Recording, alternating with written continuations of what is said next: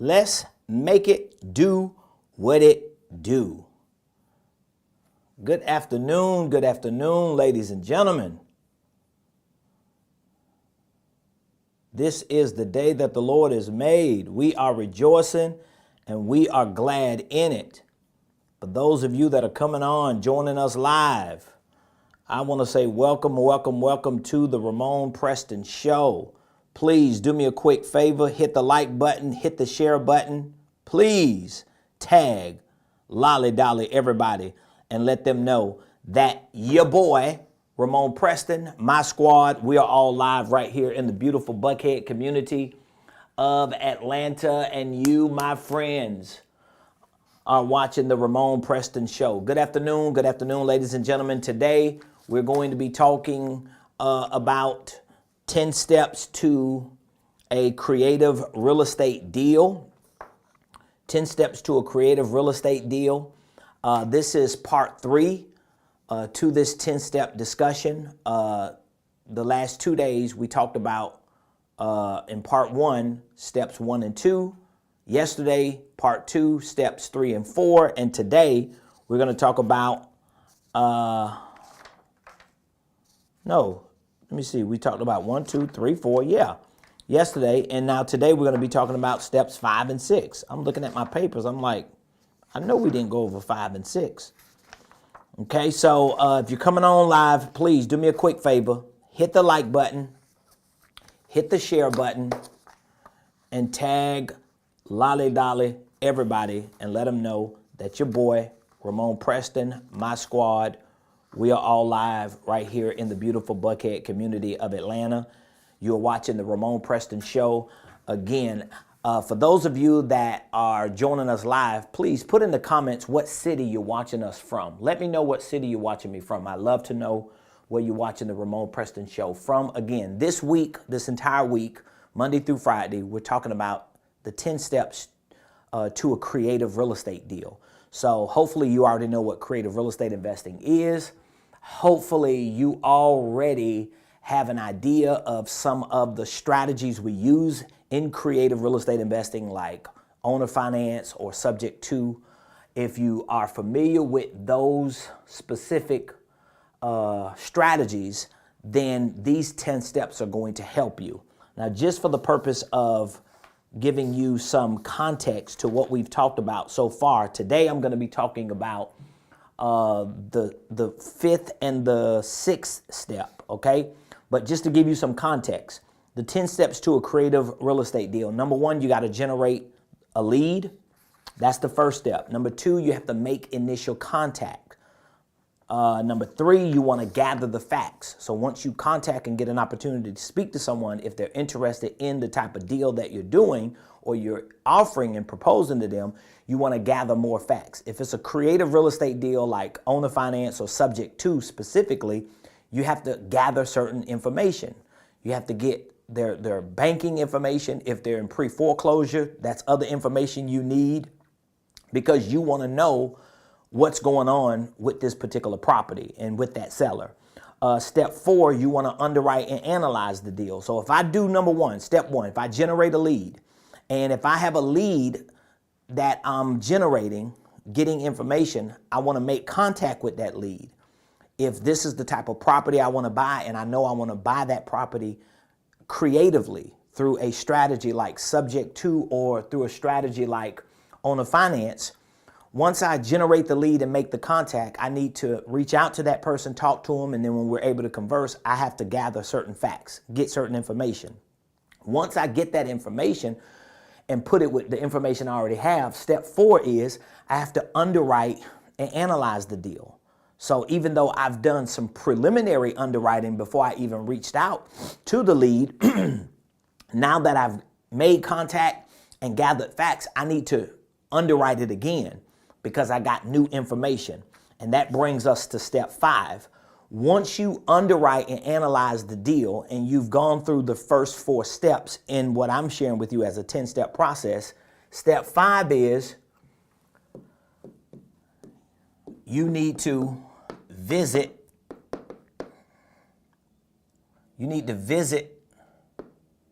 the property. And if you're doing real estate investing, especially creative real estate investing out of state, guess what? You are going to have somebody on the ground to go visit that property so that you can know exactly what's going on. Now, there are real estate investors that do exist who can purchase properties sight unseen. They don't have to see the property because they may assign the property, they may be wholesaling it. But if you are a real estate investor who's purchasing real estate, especially if it's distressed properties like pre-foreclosures, vacant properties, tired landlords, these are distressed types of properties. And if you are purchasing them creatively through strategies like subject to, then you definitely want to make sure you, someone you trust, or someone who knows what they're doing and what they need to look for, you want to make sure that someone like that goes and visits the property, okay? So visiting the property is the 5th step of my 10 steps to a creative real estate deal. Now remember, if I go visit this property or my team goes and visits the property, we have already gone through the first 4 steps. We already knew that this was the type of property we want to buy. We already have a little bit of information. We've contacted the person. They've agreed to the type of deal that we have presented to them. They have given us more information when we ask certain questions in fact finding. And now we underwrote the deal again to make it make more sense since we have new data and since we know this is a potential deal. So now when we go visit the property, we just need to check certain boxes. So visiting the property is a critical part of your preliminary physical due diligence. Remember that. When you are visiting the property, this is a part of your physical due diligence, or at least the preliminary part of your physical due diligence. Why am I saying preliminary? I'll put here prelims. Why is this a preliminary physical due diligence? Because you want an inspector to go and look at that property. You may want your contractor to go and look at that property. In most cases, you're going to visit the property because step 6 is going to be important. That's why we're talking about step 6 today too. So when you visit the property, you're going to have a contract with you. You're going to have whatever type of release forms you need the seller to sign. But you also want to just get an idea of what the property looks like. First of all, you want to make sure that the house is still there, because you could go there and the house could be gone, or half the house is gone when you go inside. You know, the walls are taken out. It's, you know, stripped down to the studs, all the appliances, and you know, the fixtures could be gone. You just want to do like a preliminary physical walkthrough in your due diligence. And so that's going to be very, very important. So you have to be clear that visiting the property, it is a critical part of your preliminary physical due diligence that must be handled professionally, it must be handled proficiently, and it must be handled productively. So what that means is, if you're going, if you have a team member or a couple people going, there are certain things that you want to make sure you check the boxes on. So I want to give you a quick list of some of the things you should always have and do when you visit a property that you know you're going to purchase. And this is step 5 in my 10-step process. You should always have a good rapport and a pre-existing relationship with someone if you're visiting their property alone. Okay? Don't go to somebody's property alone if you ain't got no rapport with them or pre-existing relationship with them, unless you packing and you just feel like you got it like that. But otherwise, you should always have someone accompany you. All right? Number 2, you should always have an authorization to release form prepared. So again, if you're doing creative real estate investing and you're going to a property to visit it because you've already talked to the seller, you've already explained everything that you do to them, they have agreed and they want to do a deal with you. When you get there physically, you want to have an authorization to release form, because that's one of the forms you're definitely going to need. You should also have a purchase and sales agreement prepared. So you should already have an idea of what numbers you're working with, what commitment you're making to them, or what agreement you can make with them, so that you can get those 2 pieces of documentation signed and filled out. Okay, you should always have a camera or a phone to take pictures and record videos for your records and for your contractor. Okay, so if I go to a property or if my team goes to a property, they're going to take those two pieces of documentation. They're going to take an authorization to release. They're going to take a purchase and sales agreement. They know we've already gone over the numbers. The seller is already clear on what they should expect from us. We know what we expect from them. And if my team goes, they're going to have a camera, they're going to have a phone, they're going to do a video all around the house, the neighborhood, they're going to take pictures, they're looking for certain flaws. We do have a checklist, a physical checklist that we have inside of our PDF vault on Ramon Preston University. So if you need a copy of that, don't hesitate to reach out to us. You should always have a physical or digital property checklist to highlight the areas that need to be repaired. You need to have a checklist. Even though your inspector and your contractor, they're going to go and look at things differently, but it just helps for you to make sense, because my team and I both, we have made we have agreed over the phone. We have talked to sellers over the phone, communicated, gathered facts.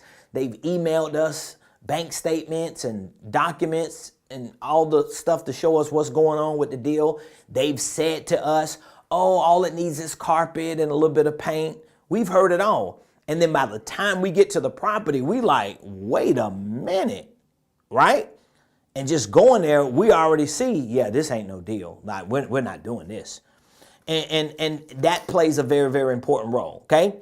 You should always have a flashlight or a pair of gloves and maybe a mask to see clearly and to safeguard from smells or germs. Because again, if you're buying distressed properties, creatively or not, whether it's foreclosures, vacant properties, homes that have been worn down, whatever, you don't know what you're going into. So you want to be prepared. You should always request the login and password information to the online portal of their mortgage account, or you help them create one. That's when you're doing deals like subject to.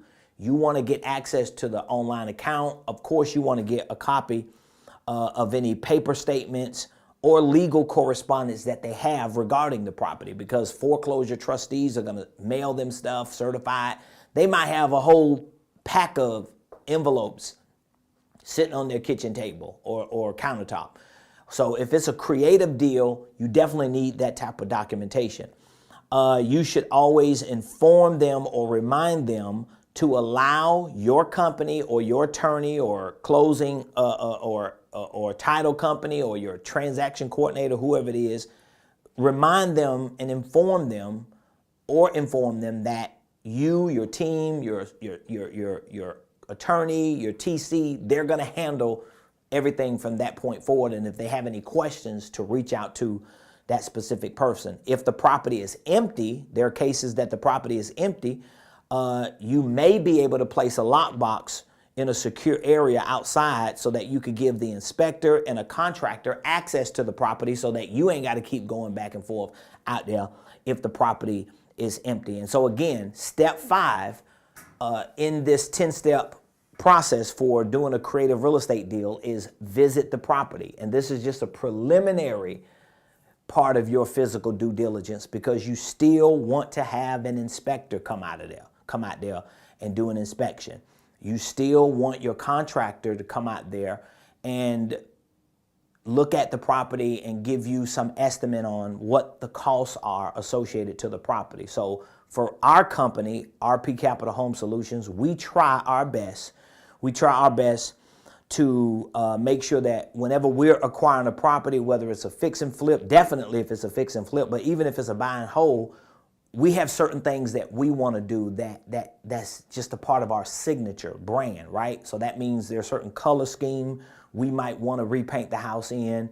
There's certain floorings that we want to have. If the cabinets don't have hardware, there's certain hardware we want to put inside the kitchen and the bathroom. If the lighting is not the way we want it, we're going to change. Like, there are certain things that we're going to do no matter what, all right? Unless it's just too nice for us to change it.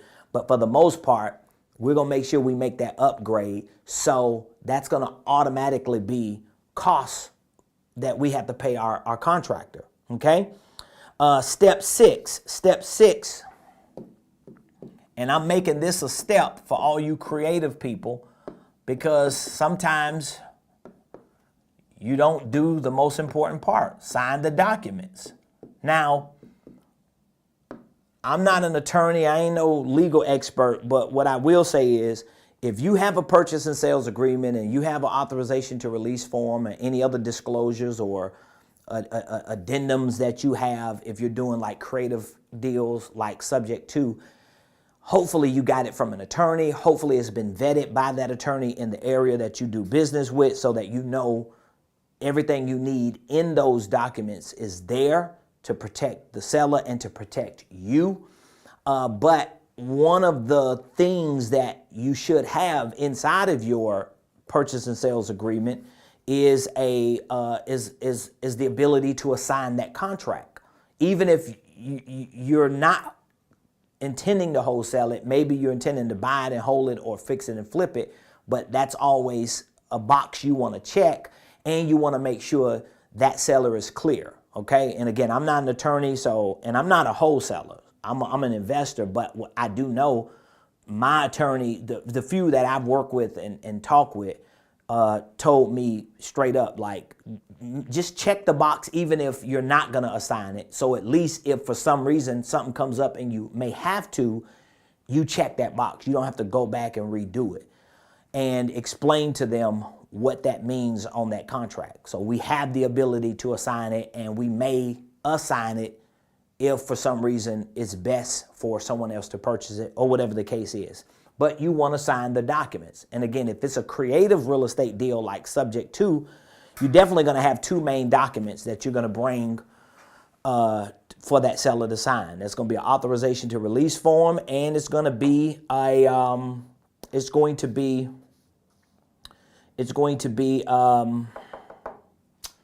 a purchase and sales agreement. Okay, so it's extremely important. And by the way, if you see me looking down reading, I have a workshop that I do.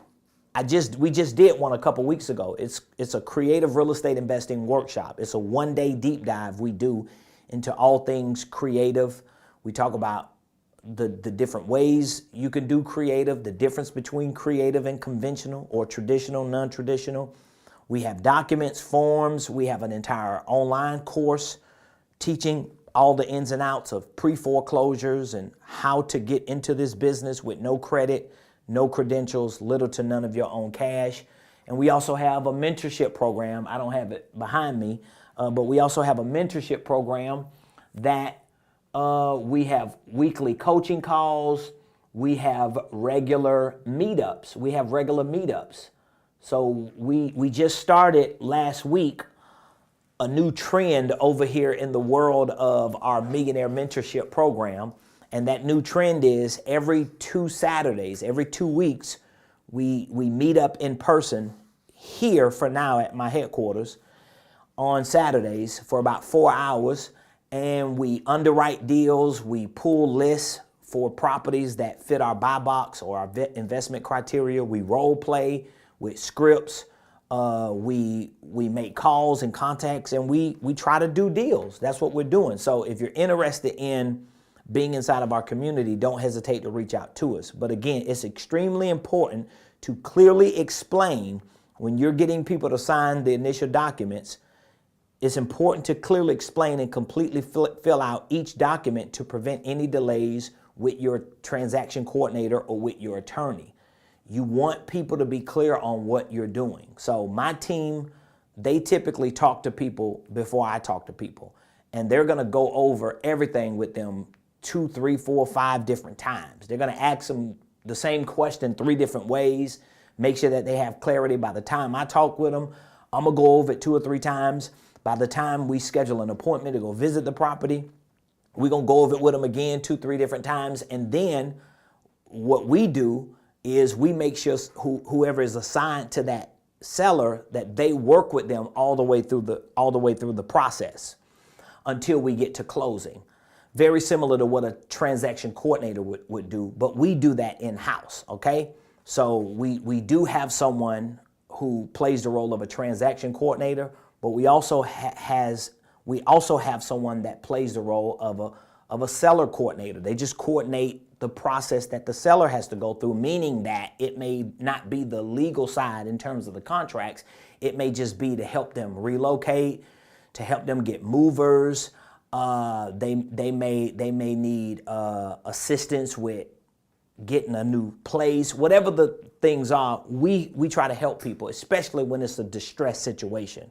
So you have to over communicate. And again, those are the two main documents that you need. So if you're watching today's show, we're talking all week about the 10 steps to a creative real estate deal. All right. And so today we're on steps 5 and 6. Step 5 was to visit the property. This is just a part of your preliminary due diligence. And step 6 is to make sure that you sign the initial documents so that you can submit those documents to your title company or to your attorney or whoever you work with or your transaction coordinator, and you could get the ball rolling to start preparing for closing. If you have any questions, put them in the comments. Maybe you have some feedback about what we're sharing with you regarding creative real estate investing. This is something for the past couple months, at least for the past maybe 2 or 3 months, I've been talking more about publicly because, number one, I believe this is an assignment God has given to me in this season. That's one of the reasons why I opened up our mentorship program, and I added to our mentorship program for free all of the creative real estate investing training. So we are adding a free service of coaching and mentorship for creative real estate investing inside of our Millionaire Mentorship program. And if you are interested in joining our community, being a part of our program, join us for our weekly calls, our quarterly workshops, our regular meetups that we're doing for real estate, and you want access to all of our courses, our content for creative real estate investing, all of our documents and forms. We even have all the forms that we get from our attorney we put inside of there, especially if you're in Georgia. You can actually use our attorney if you want to. And we want to help you and make it work. And guess what? We want to do deals with you. We want to do business with you. I think this is going to be one of the, well, I've already proven it, so I can't even say I think. I've already proven that real estate has given me and my wife and our company an opportunity to do business with other people, entrepreneurs and individuals that under any other circumstance, we wouldn't have been able to do business with them because they got a different type of business, or we're in two different worlds when it comes to entrepreneurship. But real estate has become that medium to merge us together because we all want to be a part of it. And we all can pretty much predict and dictate the outcome when you know what you're doing. So we would love to help you. We would love to hear from you. All you have to do is call or text the word mentor to the number you see, even if you just have questions. Maybe you have questions about a deal. Maybe you have questions about creative real estate investing. Maybe you've heard about strategies like subject to or owner finance or something of that nature, and you just need more clarity on. Or maybe you're already in real estate, but you don't have the other aspects of your business situated. Like you might not have a holding company, or you don't have the right business structure. Maybe you don't have the systems and processes. Maybe you don't know how to track all your activities.